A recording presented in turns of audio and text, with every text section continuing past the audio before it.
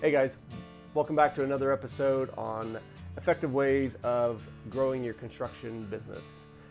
Today we're going to talk about effective communication strategies that we utilize within our company, and then what we've seen in the past as well, and what has and hasn't worked for us.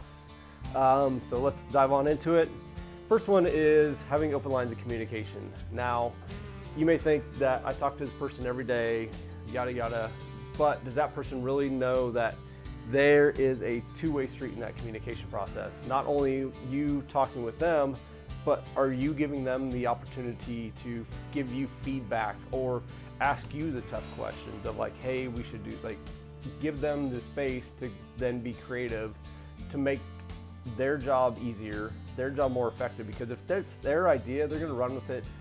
They're not going to want it to fail for you. So you're better off giving them their ideas than having your own implemented into that kind of strategy when you're doing communication with that person. Another thing that you're going to want to do is to make sure that you have regular meetings. Now, we've initially started out as a company, and you probably won't have as many meetings, but you're going to want to make sure you have, like, your team leaders have a meeting, and you don't want to have it like, oh, we should do a meeting here and there. One thing that we did with EOS, which I highly recommend doing, it's definitely not cheap, but it's definitely worth the price of admission to do that type of program. I know people that have tried doing self implementation of it, and some have had success, but it's not as quick as having an actual implementer help you build out strategies, and then meeting guidelines and things of that nature.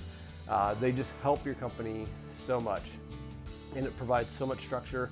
Everybody knows we have a meeting, leadership meeting, every Wednesday, 9 a.m. Everybody knows we have a sales meeting every Wednesday, 11 a.m. So, like I said, everything's already organized, everything's on the schedule. Everybody knows, hey, this is what my schedule is for at least those meetings. And those meetings are important because that's where your ideas, that's where you're problem solving, that's where you're kicking around new opportunities that you can have growth and success in, and coming up with strategies to do so. So making sure you have meetings, but have effective meetings with like an actual schedule and dedicated dates and times every week. Another thing that you want to make sure you do is have effective team collaboration. We talked about this a little bit, but make sure, like, you just keep an open mind. When you're talking or somebody's talking to you, you want to make sure you're listening. You're not just hearing them speak and thinking of a rebuttal. Because if you don't have an open mind and if you're not listening to what they're actually saying, more than likely you're not actually understanding like what they're coming up with. Because if you actually listen, you can then figure out like if that is going to work, or if maybe you have like a little bit of a tweak that you could add to it. Like, there's just different things that you can utilize if you actually listen to people versus just hearing and waiting to respond. Another thing that you want to make sure you do is having effective client relationships and effective communication with them.